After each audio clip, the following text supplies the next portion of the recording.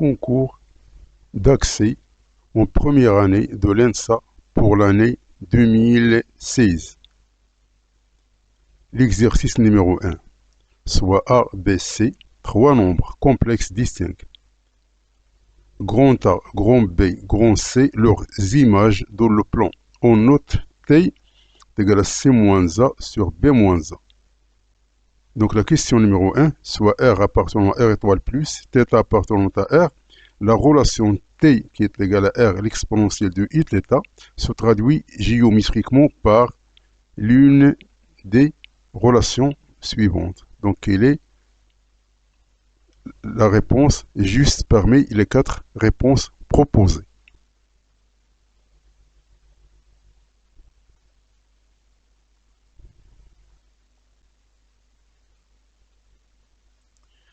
Donc, on a A d'affixe petit a, B d'affixe petit b et C d'affixe petit c. On note T est égal à C-A sur B-A.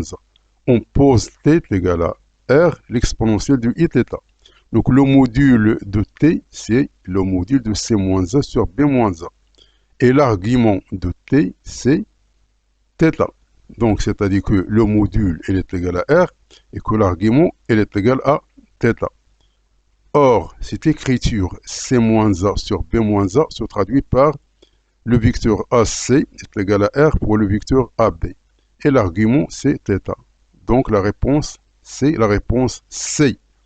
Donc c'est-à-dire que le vecteur AC est égal à R AB et que l'angle ABAC est congru à θ modulo 2π.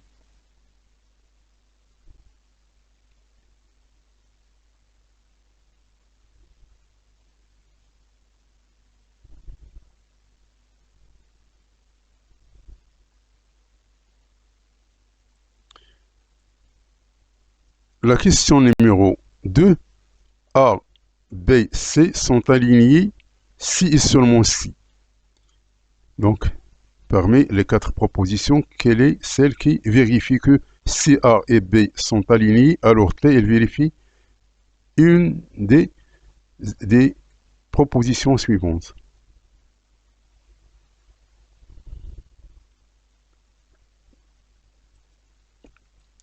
Donc, les points A, B, C sont alignés si et seulement si il existe un K appartenant à R tel que le vecteur A7 est égal à K pour le vecteur AB. Or, T il est égal à C-A sur B-A. Ça, c'est un scalaire, donc est égal à K appartenant à R. Donc, les vecteurs AB et AC sont collinéaires, c'est-à-dire alignés. Cela se traduit par les points sont alignés, c'est-à-dire que le vecteur A7 est égal à K fois le vecteur AB avec K appartenant à R. Donc, la réponse juste, c'est la réponse D.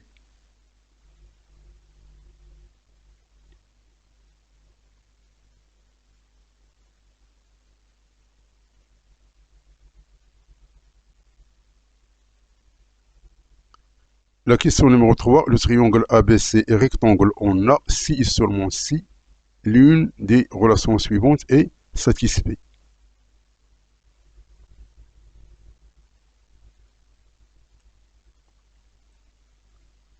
Donc le triangle ABC est rectangle en A si et seulement si l'angle ABAC elle est congrue à plus ou moins pi sur 2 modulo de pi.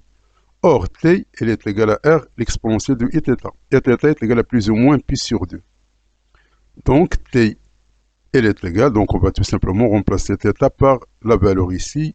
Donc, on aura donc T est égal à R, facteur de cosinus plus ou moins pi sur 2 plus I sinus plus ou moins pi sur 2. Comme le cosinus de pi sur 2 égale à 0 et sinus de plus ou moins pi sur 2 est égal à plus ou moins 1, donc ceci se traduit par T est égal à plus ou moins I, car 1 fois I c'est plus ou moins I. Donc, plus ou moins I, c'est-à-dire que T appartient à IR. Donc c'est un nombre imaginaire pur.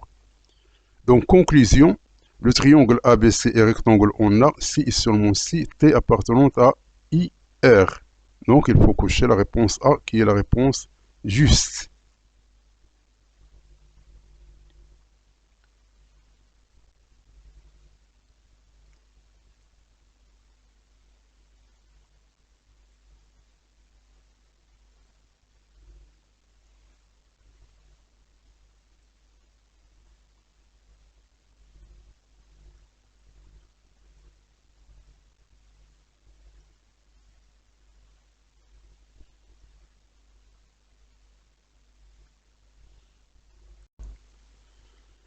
L'exercice numéro 2, soit E un ensemble à n éléments, tel que A, il est inclus dans E. Donc E, c'est un sous-ensemble à P éléments. Donc le nombre de parties de E. Donc le nombre de parties, les parties de E. Donc parmi les 4 réponses proposées. Quel est le nombre de parties de E?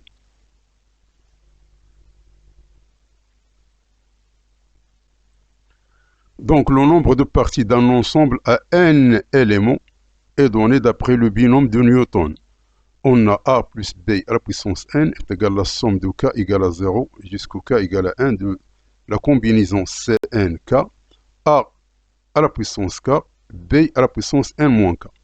Donc dans notre cas, tout simplement, on va remplacer le A et le B par 1.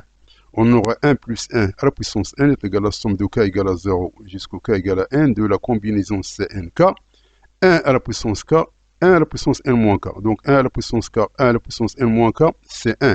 Donc il reste simplement la somme de K égale à 0 jusqu'au K égale à n de la combinaison CNK. Donc ça c'est l'ensemble, donc c'est égal à 2 à la puissance n. Donc le nombre de parties d'un ensemble à n éléments est 2 à la puissance n. Donc il faut cocher la réponse B.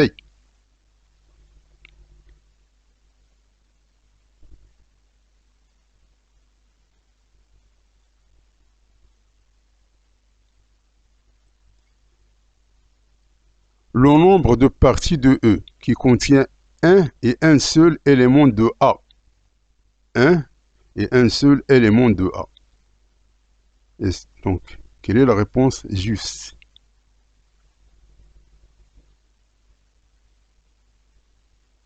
Donc, le nombre de parties contenant un seul élément de A, ou, c'est-à-dire le module de A, il est égal à P. Donc, on choisit un élément parmi P. Donc, c'est-à-dire la combinaison de 1 parmi P, c'est-à-dire c'est P. Puis, on complète la partie avec n'importe quel élément du complémentaire de A, qui contient n moins P éléments, c'est-à-dire 2 à la puissance n moins P. Donc, le nombre de parties contenant un seul élément, c'est le produit, c'est-à-dire c'est P qui multiplie 2 à la puissance n moins P. Donc, il faut cocher la réponse C.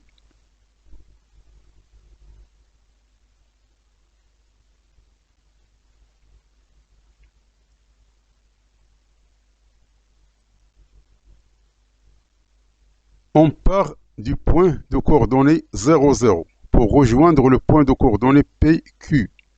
P et Q, entiers naturels donnés strictement supérieurs à 1, en se déplaçant à chaque étape d'une unité vers la droite ou vers le haut. Combien y a-t-il de chemins possibles? C'est-à-dire qu'on était dans un... Donc ça c'est 0. 0. Donc on part dans ce côté-là ou bien dans ce côté. Donc ça c'est les P, ça c'est les Q. Avec un pas. Donc quelle est la réponse juste parmi les 4 réponses proposées?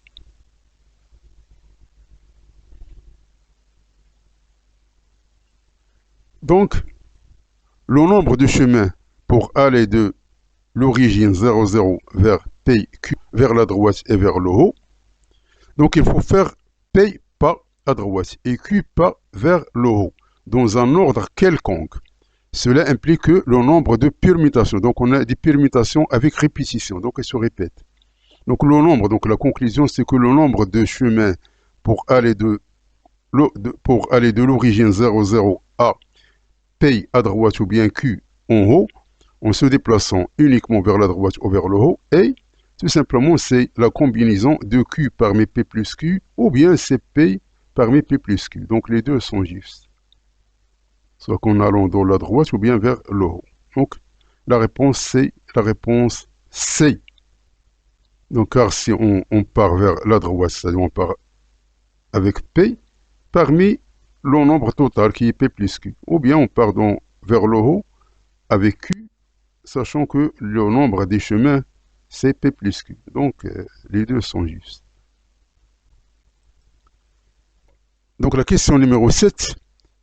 soit f la fonction réelle définie de R dans R par f de x est égal à 2x sur 1 plus x carré. Donc, quelle est la réponse juste parmi les 4 réponses proposées?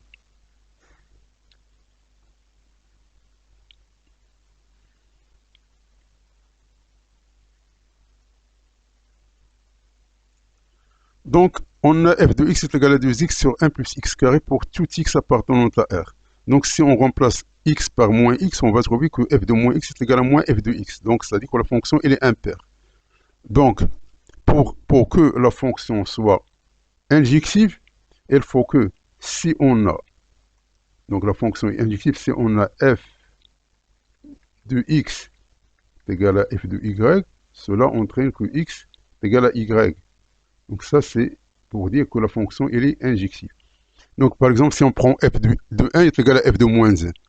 Donc, si on prend f de 1 est égal à f de moins 1, c'est-à-dire que on aura ici 2 sur 1 plus 1, c'est-à-dire on a ici 1. Et si on remplace par moins 1, on aura moins 1.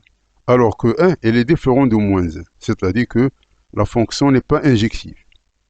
Donc, dire que la fonction elle est surjective, cela signifie que quel que soit y appartenant à l'ensemble d'arrivée R, alors il existe un x appartenant à l'ensemble de départ tel que f de x il est égal à y. Donc, quel que soit y, il existe. Quel que soit y, ça c'est R, ça c'est R. Donc ici, le y, il est ici. Et le x, il est ici. Donc, dire que la fonction elle est surjective, cela signifie que quel que soit y, quelle que soit l'image, il existe un x appartenant à R tel que f de x est égal à y. Alors que ici, on a tout simplement que l'image elle est bornée entre moins 1 et 1. Donc, cela entraîne parce que l'image ici, c'est la plus grande valeur dans laquelle elle va osciller. F de x, c'est entre moins 1 et 1. Donc, cela se traduit par f n'est pas surjective. Donc, parmi les réponses proposées ici, on a f, elle n'est pas injective. F, elle est surjective, donc elle n'est pas surjective. F n'est pas injective. F est injective et non pas surjective. Donc, f n'est pas injective. Donc, la réponse est que f n'est pas injective. Donc, il faut cocher la réponse C, qui est la réponse juste.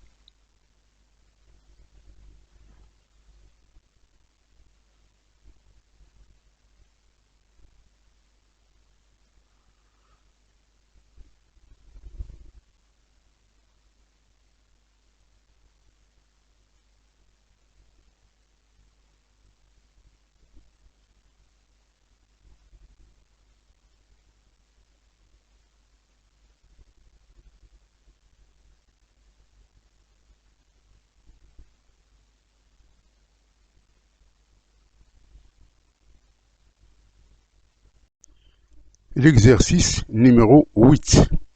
Combien le nombre 15 factoriel admet-il de diviseurs? Donc, quel est le nombre de diviseurs de 15 factoriel parmi les 4 propositions ici?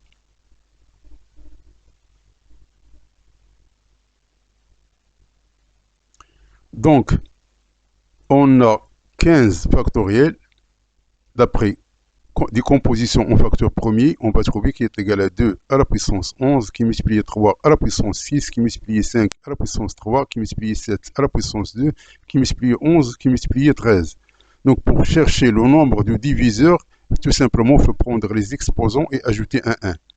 On est ici 11, on va ajouter un 1, on va multiplier par 6, on ajoute un 1, on va multiplier par 3, on ajoute un 1, on va multiplier par 2, on ajoute un 1, on va multiplier par 1, on ajoute un 1, on va multiplier par 1, on ajoute un 1. Donc le produit, il nous donne 4032. Donc le nombre de diviseurs de 15 factoriel, ce n'est rien d'autre que 4032. Donc il faut cocher la réponse A, qui est la réponse juste.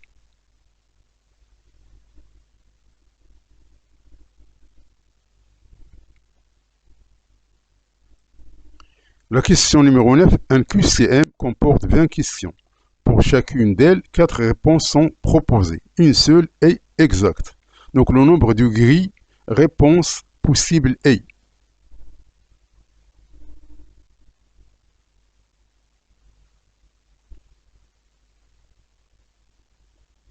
Le nombre de grilles réponses possibles pour un QCM à 20 questions avec 4 choix chacune. Donc pour chaque question, il y a 4 possibilités. Donc pour chaque question, il y a 4 possibilités. Donc le nombre de grilles, ce n'est rien d'autre que 4 à la puissance 20. Donc il faut cocher la réponse A, qui est la réponse qui nous dit que le nombre de grilles réponses possibles pour un QCM à 20 questions avec 4 choix est égal à 4 à la puissance, donc est égal à 4 à la puissance 20.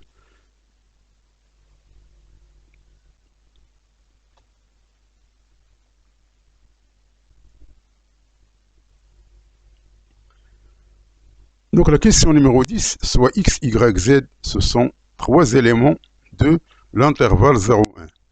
Alpha, si le minimum de produit x facteur de 1 moins y, y facteur de 1 moins z, z facteur de 1 moins x.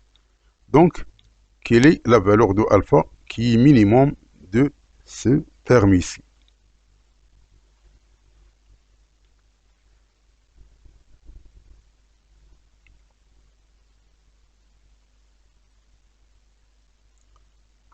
Donc, on a alpha est égal minimum de x facteur de 1 moins y, y facteur de 1 moins z, z facteur de 1 moins x. Avec x, y, z, ce sont des éléments de l'intervalle 0, 1.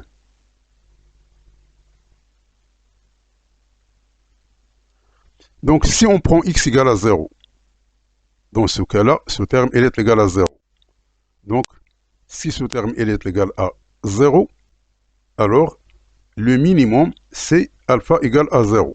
Car le minimum, si on prend ici, si c'est égal à 0, donc quoi qu'elle soit la valeur ici, donc on va trouver que alpha égale à 0.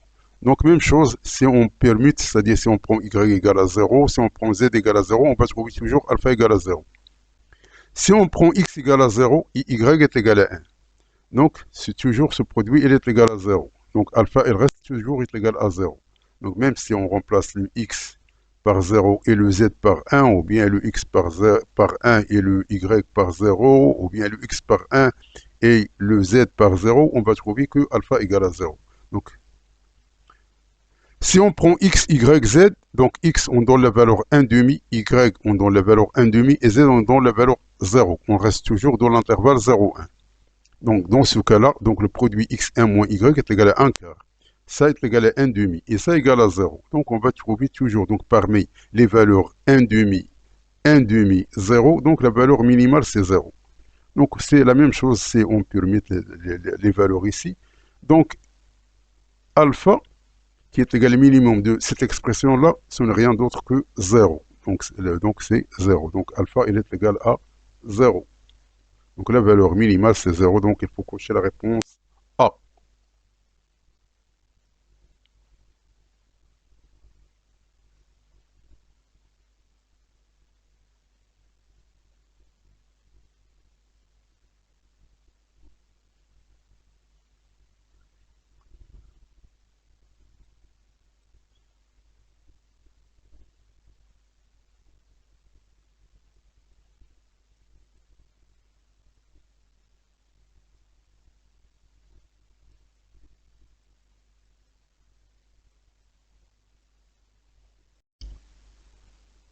La question numéro 11. Donc calculer la somme de k égale à 0 à 2016 de moins 1 à la puissance k, la combinaison de k parmi 2016.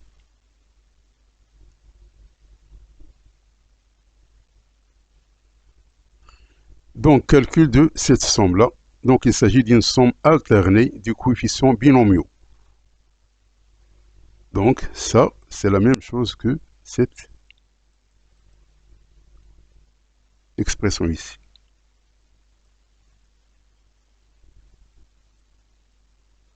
Donc Donc la somme de k égale à 0 à k égale à 2016 de moins 1 à la puissance k,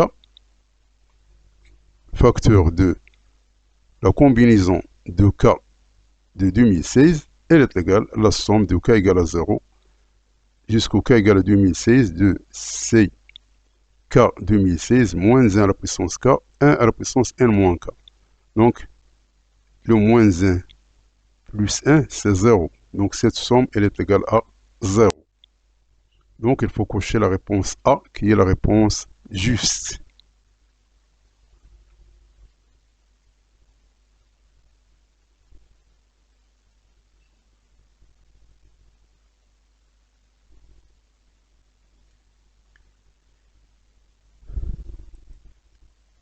La question numéro 12. Quelle est la somme de I variant de 1 à 10 et la somme de J variée de 1 à 10 de 1 plus J, le tout au carré. C'est-à-dire on va sommer d'abord avec J et on va trouver la variable I. Donc puis on va sommer avec le I.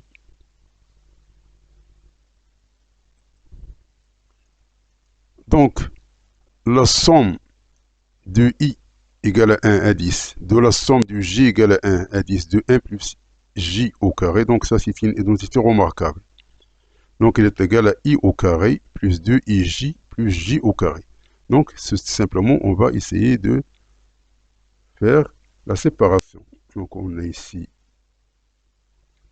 I au carré, on a ici 2IJ et on a ici J au carré. Donc plus la somme de I égale à 1, 10, la somme de J égale à 1, 10, de J au carré. Donc, ceci se traduit par cette écriture ici. Donc, c'est la même chose que celle-là. Donc, tout simplement, ici, c'est la somme de I au carré. Ici, lorsqu'on va sommer par J, le I, il est constant. Donc, on va tout simplement apporter le I ici. Puisqu'ici, on a alterné. Donc, on va sommer d'abord par le I, puis le reste, on va la sommer par J. Donc ici, tout simplement, on a fait le produit. C'est-à-dire on va sommer avec le I et on va sommer avec le J. Ici, on va sommer avec le I lorsqu'on la sommation avec le J est terminée. Donc, pour calculer ces expressions-là, il faut se référer à ce qu'on appelle les identités ici, qui sont normalement à démontrer, mais elles sont données, donc elles sont tabulées. Mais si elle vous demande de trouver ces expressions-là, donc il faut tout simplement se référer à ce qu'on appelle les suites. Donc ça, c'est les suites numériques, ça, c'est la suite arithmétique, et ça, c'est pour la suite géométrique. On va trouver l'expression ici et l'expression ici. Donc on va remplacer ici. Donc la somme de I au carré, on va la remplacer ici, avec le N, elle est égale à 10, et le I, la somme de I, on va la remplacer par cette expression-là, avec le N est égal à 10, avec le J, on va la remplacer ici avec le N est égal à 10, et ça, on va la remplacer, c'est J au carré, on va la remplacer ici avec N égale à 10. Donc on va trouver tout simplement des calculs. Donc en fin de compte, on va trouver que cette somme-là, elle est égale à 13 750. Donc il faut cocher la réponse D, qui est la réponse juste.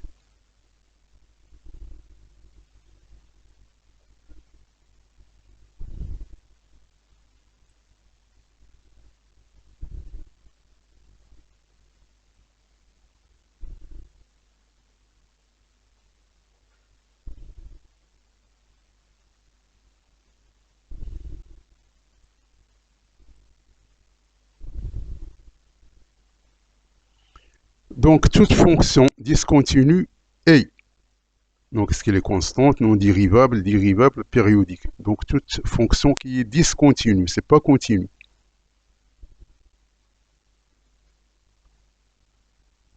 Donc, toute fonction discontinue est. Donc, une fonction doit être continue. Donc, si une fonction est continue, on peut, normalement, si une fonction est dérivable, elle est continue. Si une fonction est continue, elle n'est pas forcément dérivable. Donc, toute fonction qui est dérivable, elle est continue. Et l'inverse, c'est pas toujours satisfait. Donc, une fonction doit être continue pour qu'elle doit être dérivable. Donc, on prend l'inverse. Toute fonction qui est discontinue n'est pas dérivable. Car donc, si on dit P, c'est continu, implique qu'il est dérivable, alors non Q implique non P. Donc, si elle n'est pas continue, automatiquement, elle n'est pas dérivable. C'est-à-dire, si elle est discontinue, alors elle n'est pas dérivable. Donc, il faut cocher la réponse B, qui est la réponse juste.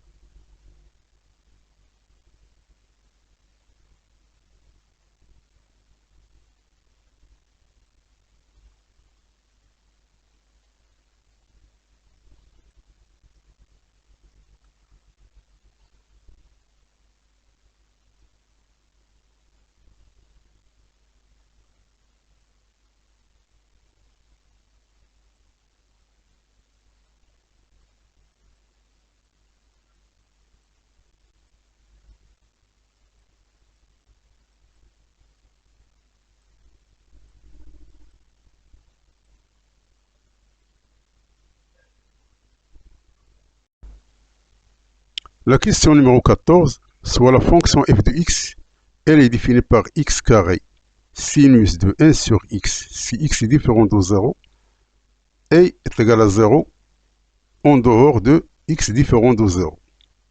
Donc, quelle est la solution qui est juste parmi les réponses proposées ici?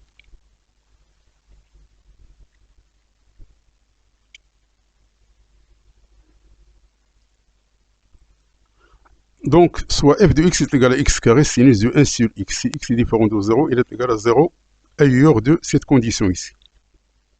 Donc, la dérivée de cette fonction-là, c'est tout simplement c'est x carré prime sinus de 1 sur x plus x carré sinus de 1 sur x prime. Donc, ça est égal à 2x sinus de 1 sur x. Ça, c'est x carré. Ça, c'est une fonction composée. Donc, elle est égale à 1 sur x prime cosinus de 1 sur x. Donc, on a cette expression-là. Donc, on aura en fin de compte cette expression ici, après simplification. Comme cosinus de 1 sur x, il est compris entre moins 1 et 1, et par suite, limite, quand x tend vers 0 de cosinus de 1 sur x n'existe pas. Donc, cette expression-là est aussi indéfiniment. D'où f' n'est pas continu en 0. Donc, f' n'est pas continu en 0. Donc, il faut cocher la réponse B.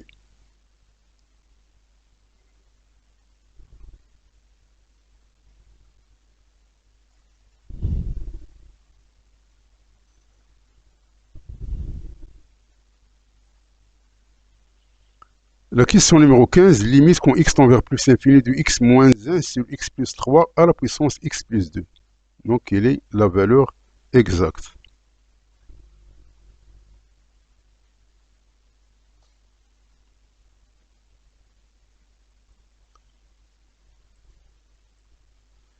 Donc, limite quand x tend vers plus infini de x moins 1 sur x plus 3 à la puissance x plus 2. Donc, cette expression-là, x moins 1, c'est x plus 3 moins 4 sur x plus 3. Donc, on aura ici x plus 3 sur x plus 3, c'est 1. Il reste moins 4 sur x plus 3. Et le x plus 2, elle se traduit par x plus 3 moins 1. Donc, on aura donc la limite ici, c'est la limite de 1 plus moins 4 sur x plus 3. Ici, tout simplement, puisqu'on a x plus 3 moins 1, donc est égal à la limite à la puissance x plus 3 qui multiplie la limite à la puissance moins 1. Car a à la puissance, car a à la puissance n p, elle est égale à la puissance n à la puissance p. Donc ça c'est le produit, et a à la puissance n plus p, c'est a à la puissance n qui multiplie a à la puissance p. Donc ici on a la somme, donc on a appliqué cette relation ici. Donc on a ce terme ici, donc ça c'est un terme constant. Donc lorsqu'on va remplacer x par 0, donc on aura ici moins 4 sur 3 à la puissance moins 1. Donc,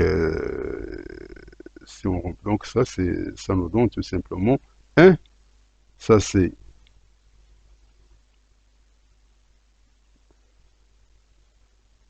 donc ce terme là il est égal à 1. Ça c'est moins lorsque x, donc lorsque x tend vers plus l'infini, ce terme là il tend vers 0. Donc il reste 1 à la puissance moins 1. Et ça c'est une relation. Limite quand 1 tend vers plus l'infini de 1 plus k sur n à la puissance n est égal à l'exponentielle de k. Donc il faut prendre le n ici, le même écriture ici, n ici, 1k. Donc cette limite tend vers l'exponentielle de k.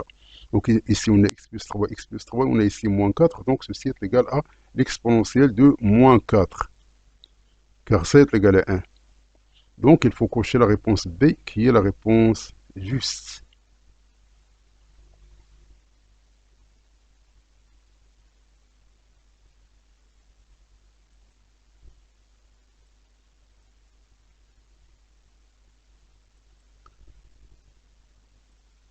La question numéro 16, limite quand x tend vers 0 plus de 2 cosinus carré de 1 sur x moins sinus de 1 sur x plus 3 sur x plus racine carrée de x.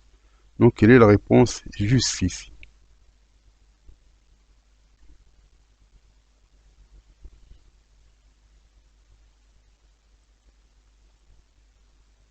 Donc on a cette écriture ici, tout simplement on va passer par ce qu'on appelle les encadrements de cosinus de 1 sur x et sinus de 1 sur x. On sait que quel que soit x, alors cosinus de 1 sur x, il comprend entre moins 1 et 1, ainsi que le sinus. Donc ça, on va la prendre au carré. Donc si on prend au carré, donc ça devient 0, et ça devient 1. Puis on va multiplier par 2, donc il nous donne 2 ici et 2 ici. Donc ça, c'est tout simplement cette écriture ici. Donc on va prendre cette écriture ici, moins cette écriture ici, plus 3. Donc on aura donc 0 moins 1 plus 3. On a cette expression ici. Ici, on aura donc 2 plus 1 plus 3. Donc ça, elle est comprise entre 2 et 6. Donc, puisque x elle est positive, donc on va diviser par x plus racine de x. Donc on a 2 sur x plus racine de x, ça c'est x plus racine de x, ça c'est x plus racine de x. Quand on passe à la limite quand x tend vers 0 plus de ce terme-là tend vers plus l'infini, et ce terme-là tend vers plus l'infini, donc l'expression ici, elle tend vers plus l'infini. Donc il faut cocher la réponse A qui est la réponse juste.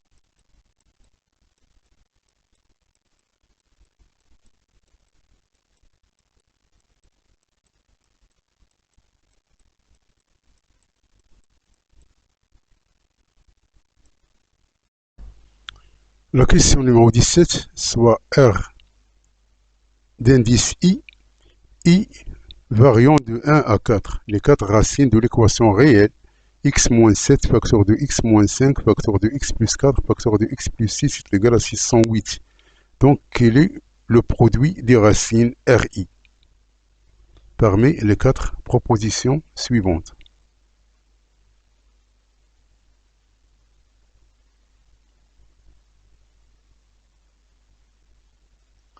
Donc, le produit des racines de cette expression-là.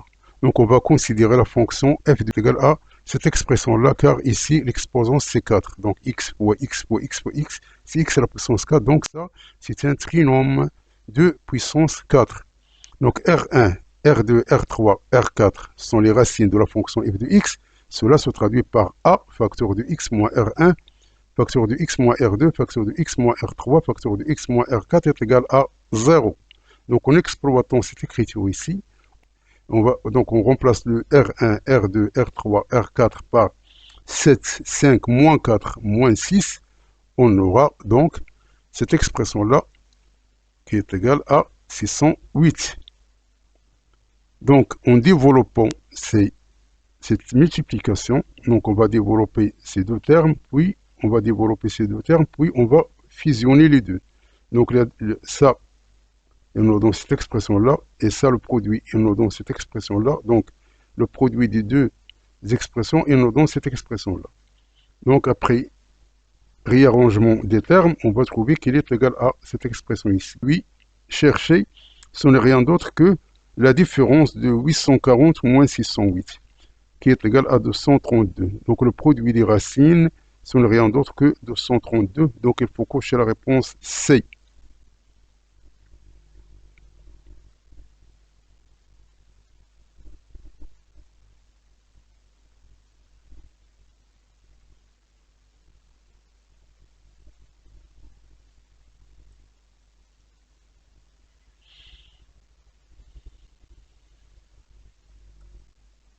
La question numéro 18, nous calculons l'intégrale allant de e vers e au carré de 1 plus ln de x sur x ln de x d de x. Donc, quelle est l'expression juste parmi les 4 propositions ici?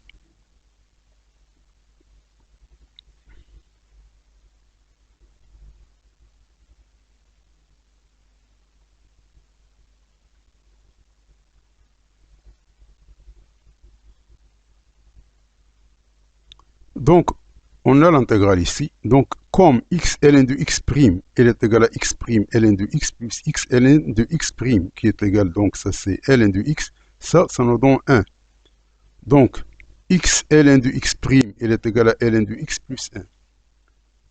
Donc, cela se traduit comme x ln de x prime, c'est d de x ln de x sur d de x est égal à ln de x plus 1, c'est-à-dire que d de x ln de x, il est égal à ln de x plus 1 d de x. Donc, on va remplacer 1 plus ln de x d de x par d de x ln de x. On a ici d de x ln de x sur x ln de x, donc ça c'est égal à ln de cette expression ici, entre les bornes e et e au carré. Donc tout simplement maintenant on va calculer ln de e au carré moins ln de e. Donc tout calcul fait, il nous donne ln de 2 plus 1. Donc il faut cocher la réponse B, qui est la réponse juste.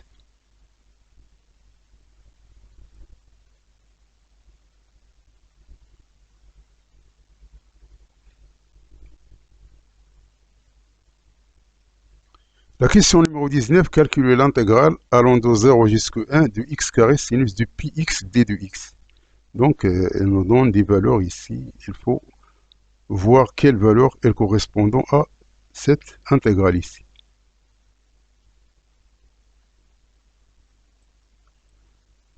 Donc, on a cette expression-là. Donc, pour trouver cette intégrale-là, on va procéder par intégration par partie 2 fois successive. Donc, la première fois, on va se débarrasser de x carré, puis la deuxième fois, on va se débarrasser de x. Donc, la première intégration par partie, c'est on pose u est égal à x carré. Donc, d de u, c'est 2x, d de x. Et on pose dv est égal à sinus de pi de x, c'est-à-dire que v est égal à moins 1 sur pi cosinus de pi de x. Donc, ça, c'est tout simplement des calculs. On va trouver qu'il est égal à 1 sur pi plus cette intégrale ici. Donc ça, c'est des calculs, c'est tout. Donc on a ce terme qui est constante, et maintenant il faut se débarrasser du x ici. Donc on va intégrer par partie. Donc on va poser u qui est égal à x. Donc d de u c'est d de x. On va poser d de v qui est égal à cosinus de pi de x, c'est-à-dire que v est égal à 1 sur pi sinus de pi de x. Sachant que la relation, tout simplement qu'on applique, c'est la relation de l'intégration par partie. C'est-à-dire si on a u dv entre a et b, cela se traduit par u v entre a et b moins AB. Donc le U, il devient le DU. Et le V, il devient le V. Donc ça s'appelle intégration par partie. Donc on applique encore dans cette partie-là. Donc tout simplement, ça c'est du calcul. Donc on va trouver qu'il est égal à moins 4 sur P3. Donc l'intégrale demandée, c'est ce terme ici, plus ce terme ici. Donc il est égal à 1 sur pi moins 4 sur P3, donc on réduit au même dénominateur, on va trouver qu'il est égal à pi au carré moins 4 sur P3. Donc il faut cocher la réponse A, qui est la réponse juste.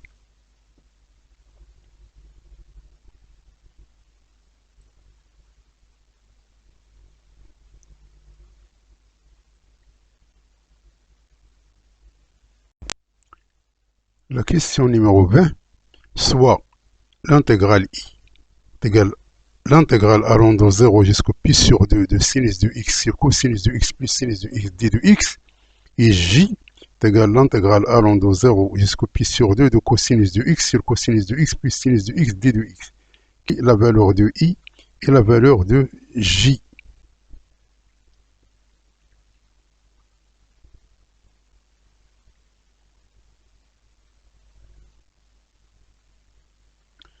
Donc, on a I est égal l'intégrale allant de 0 jusqu'au pi sur 2 de sinus de x sur cosinus de x, sinus de x, d de x. Et J, c'est l'intégrale allant de 0 jusqu'au pi sur 2 cosinus de x plus sinus de x, d de x. Donc on va ajouter les deux, puis on va retrancher les deux. Donc I plus J, ça nous donne sinus de x plus cosinus de x sur sinus de x, cosinus de x, c'est-à-dire c'est égal à 1, c'est-à-dire d de x. Et l'intégrale de d de x, c'est x compris entre 0 et pi sur 2. Donc il donne pi sur 2. Pour I moins J, on aura donc sinus de x moins cosinus de x. Donc sinus de x moins cosinus de x, d de x, ce n'est rien d'autre que d de sinus de x plus cosinus de x avec un signe moins ici.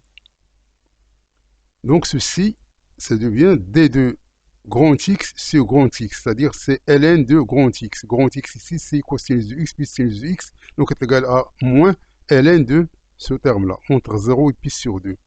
Donc on va remplacer x par pi sur 2, puis on va remplacer x par 0, on va trouver qu'il est égal à 0. Donc on aura donc I plus J est égal à pi sur 2, et I moins J égale à 0. C'est-à-dire que 2I est égal à pi sur 2 plus 0 est égal à pi sur 2, et 2J, c'est-à-dire J moins J, 2J est égal à pi sur 2. Donc 2I est égal à pi sur 2, et 2J est égal à pi sur 2, c'est-à-dire que I est égal à J est égal à pi sur 4. D'où il faut cocher la réponse C, qui est la réponse juste.